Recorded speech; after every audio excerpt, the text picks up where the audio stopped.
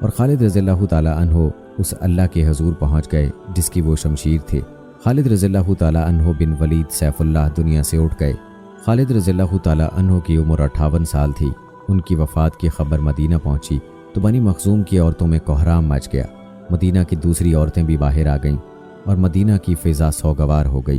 عورتوں کی آہو بکا سے مدینہ کی فضا گونج اٹھی۔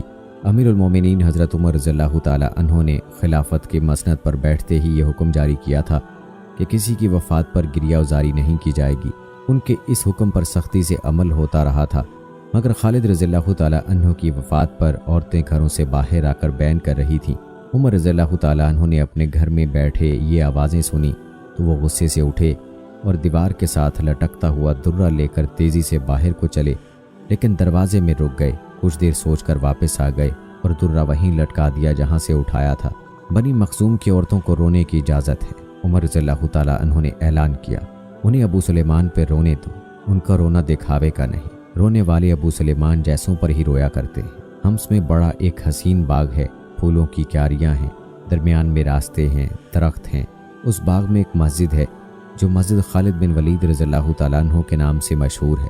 بہت دلکش مسجد ہے اور اس مسجد کے کونے میں خالد رضی اللہ تعالیٰ عنہ کی قبر ہے۔ خالد رضی اللہ تعالیٰ عنہ کی داستان شجاعت جاننے والوں کو جیسے اب بھی اس مسجد میں جا کر للکار سنائی دیتی ہے۔ میں خالد بن ولید کی عظمت کو دلی طور پر سلام پیش کرتا ہوں۔ دعا بھی ہے کہ اللہ تعالیٰ ہمیں خالد بن ولید رضی اللہ تعالیٰ عنہ جیسے سالار عطا فرمائے، آمین یا رب العالمین۔